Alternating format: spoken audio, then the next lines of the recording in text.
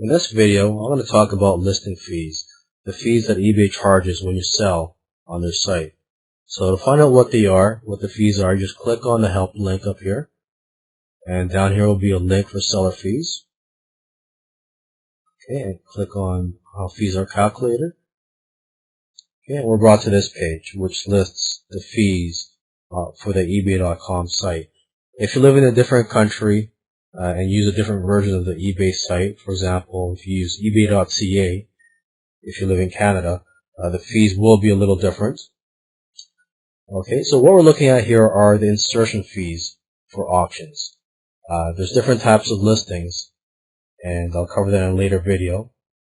But for now, for the auction style listings, if your starting price is 1 cent, you'll get charged upfront 10 cents if you list in this category, the books, music, DVDs and movies, or video games categories. All other categories will get charged 15 cents.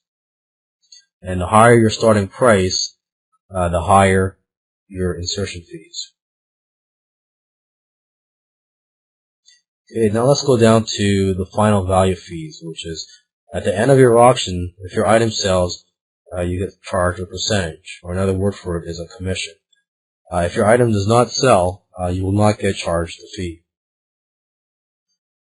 Now let's go down to the fixed price listings. So if you sell something in a fixed price listing, these are the fees, the insertion fees.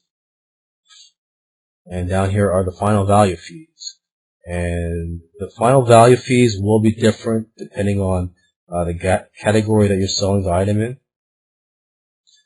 So I'm just going to quickly scroll through these so you can look at the different fees for each category. Okay, and now I'm just going to scroll down to the bottom of the page, and we're going to look at the optional future fees. So these are optional, and for example, if you want to put in a reserve price, I'll talk about that in a later video. But if you want to put a reserve price in your listing, this is what the fee is. Okay, and if you want to put a buy it now price, these are the fees.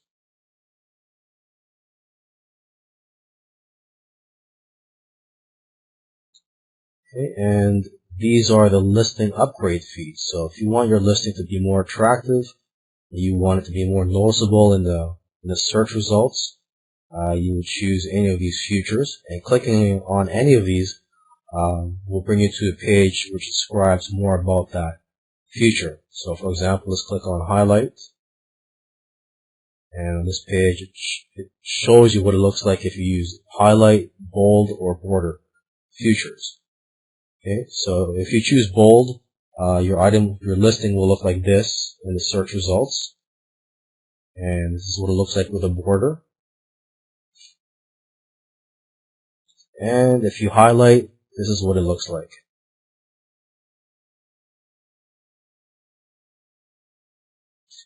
Okay, I'm just going to go back to the top of the page. And up here are links to other areas of eBay. And they have different fees actually. So if you plan on selling a car, you would sell it in the eBay Motors section of the site. And so on this page, it shows the fees you would get charged for selling a car.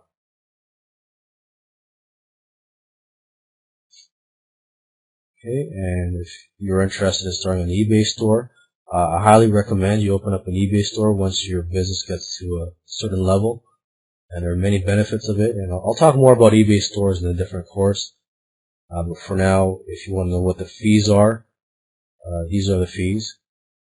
Overall, you do save more money if you do have an eBay store and you have plenty of items that you're selling on eBay.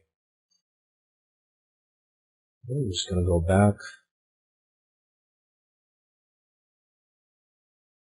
And here are other areas. For example, you want to sell real estate, you want to classify that, or you want to check out the PayPal fees, just click on any of these links.